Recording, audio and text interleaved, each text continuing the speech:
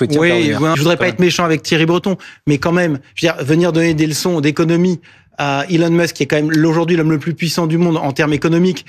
Épand une humiliation en direct comme on les aime. Thierry Breton, le commissaire européen à la tête bien pleine, mais visiblement pas très bien faite, vient de se prendre une claque publique mémorable.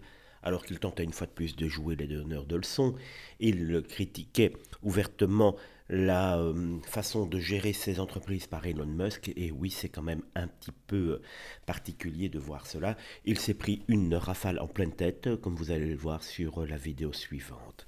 En effet, il ose quand même donner des leçons à Elon Musk, c'est tout simplement lunaire, l'un des hommes les plus innovants et aussi controversés de la planète, mais l'ironie est totale. C'est un peu comme si Patrick Balkany animait un colloque sur la probité fiscale. Thierry Breton voulait faire la morale, il s'est pris une gifle, une fessée politique bien sentie qui révèle une vérité simple. On ne peut pas se poser en gardien de l'éthique numérique quand on traîne soi-même un boulet économique de plusieurs milliards. Je vous laisse découvrir cette petite pépite. À bientôt les amis. À partir du moment où on les applique, tout le monde est le bienvenu. Je dis bien à partir du moment où on les applique. Philippe Kersanti, porte-parole du comité Trump France, vous écoute attentivement Thierry Breton, je crois que vous souhaitiez intervenir. Oui, je voudrais pas être méchant avec Thierry Breton, mais quand même, je veux dire, venir donner des leçons d'économie à Elon Musk, qui est quand même aujourd'hui l'homme le plus puissant du monde en termes économiques.